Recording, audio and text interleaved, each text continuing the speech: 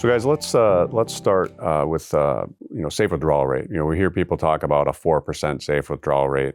What are your feelings on that? Is a 4%? Is that the number? Is that what people can count on to be able to take out safely from their nest egg? Well, if you look at Fidelity, Morningstar, they come out with their safe withdrawal rate, right? It's 3.5%, 3.8%. That's what you can safely take out of your nest egg every year without a high risk of failure in retirement. But it's not one size fits all, right? It depends on age, what you live off on a monthly basis. Some people spend more, some people spend less. So that's not how long you might live, right? Yeah, which is an unknown. So Dalton, maybe speak to the fact of how we're able to get oftentimes a higher withdrawal rate for people than what even that 4% safe withdrawal that people think is a rule of thumb. Some of the tools and strategies we're able to get them a higher payout on.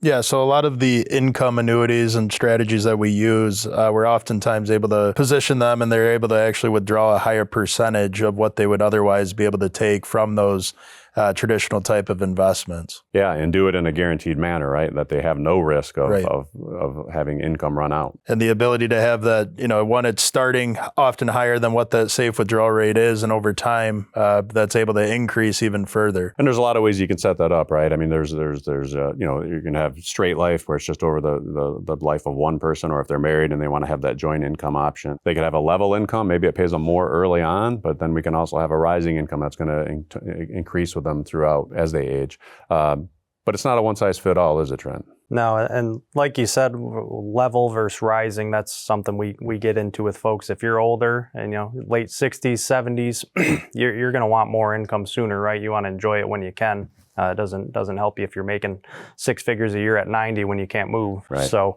we're able to get them more at a sooner period. And if you're in your 50s, mid early 50s, and you have some time to let it increase, that can make more sense. And oftentimes it's a hybrid approach, right? Maybe a portion of the level income where they can get more now and still yet protect for maybe a younger spouse, right? That might live a longer period of time, have another source that sets and will increase as they go forward.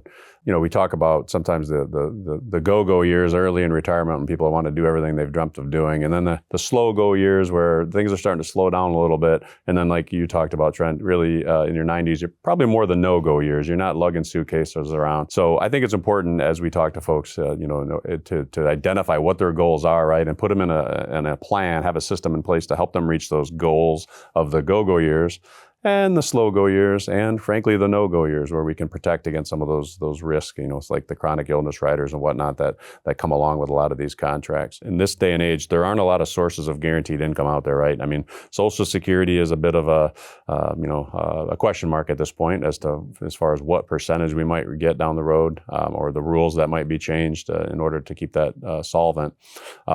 But the days of the pension, the golden watch and the pension are kind of gone, aren't they? Yeah, that's kind of becoming a rarity with folks that we chat with. If they do have a pension, great, you have that on top of your Social Security. That might cover the vast majority of your needs. But like you said, we don't see that a lot anymore. So being able to create your own personal pension plan in retirement on top of that Social Security can be a huge help for folks.